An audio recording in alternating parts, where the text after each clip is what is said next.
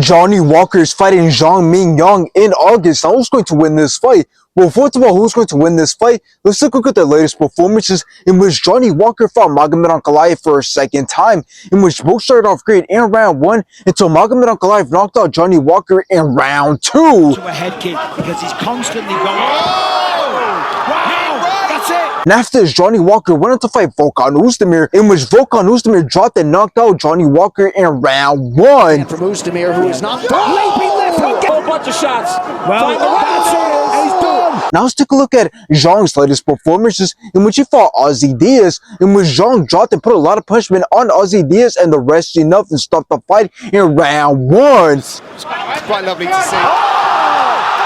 Drops him early. He's coming up.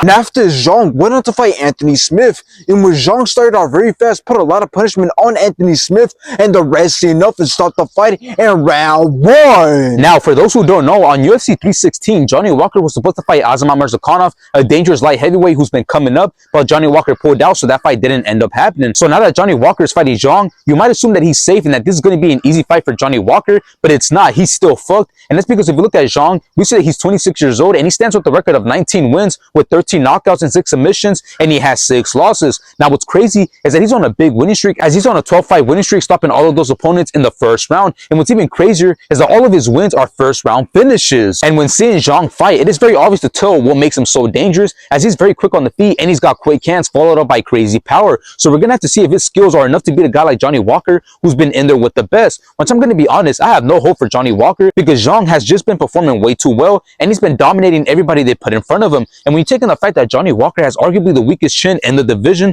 and is on a downhill, it just makes it more likely that he's going to get put to sleep. So in the end, I got Zhang Mingyang knocking out Johnny Walker. I think he's going to pick his shots wisely, and I do think he finds Johnny Walker's weak chin. The only way I can see Johnny Walker coming out on top is if he somehow manages to be slick enough to catch Zhang with a weird shot and he knocks him out, but I don't see that happening. So once again, Zhang is going to be way too quick and powerful for Johnny Walker.